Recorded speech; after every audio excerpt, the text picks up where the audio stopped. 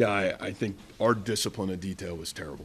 And, that it's an area for us that we haven't corrected, and I feel like it's been that way a little bit since the second half of the Arizona game. And, we keep spinning our wheels, and the lack of detail that it takes to win football games, we're living it. And there's only one place you can point the finger, and it's at the head football coach. I got to get it corrected. You're either coaching it or allowing it to happen, and obviously we continue to allow it to happen. So disappointing. I have higher expectations for myself. I certainly apologize to our kids. I apologize to our fan base, but it's really disappointing. Coach, your teams are notorious for not having penalties. The last 2 weeks, they've been against that. How do you go about changing that? Yeah, we got to go back to the fundamentals of what we do. I don't know any other way other than to go back to work.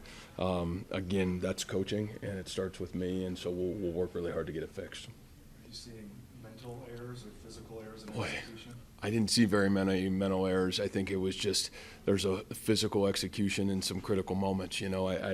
The one touchdown, was a communication error that we let out. We've done a good job most of the game, defensively, and that was a critical error and a critical moment that got let out. But globally, again, there were times we played in great rhythm, and there was times we just didn't.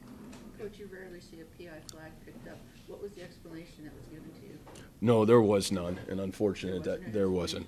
And so it's really sad, and it's a really tough situation. Now, at the end of the day, we'll have to evaluate it, but that's a tough call. But again, you can't put the game in the situation where a penalty, is the deciding factor, and unfortunately, we did that today. Would you expect an explanation on the field from the official? Yeah, I would love to hear it. I think later on it sounded like they thought that the ball had no impact, that the DPI didn't happen until after the ball was thrown, which is not true.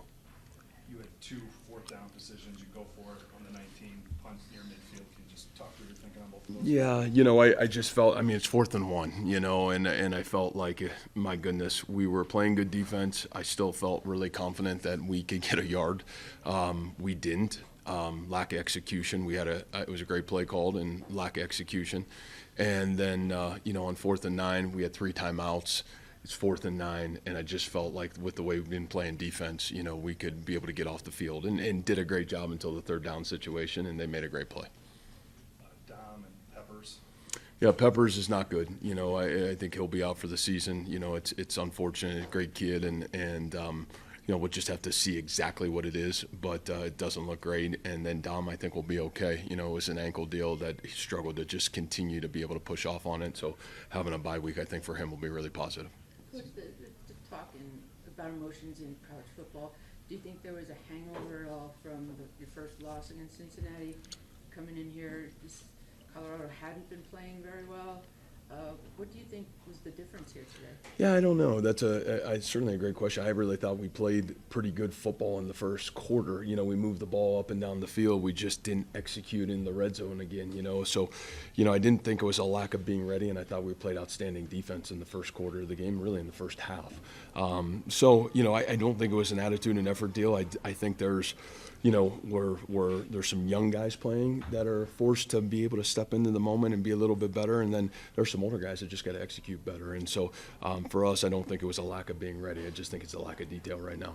I guess I wasn't accusing you of not being ready. Oh no, Just it's a fair question. Yeah, just emotionally.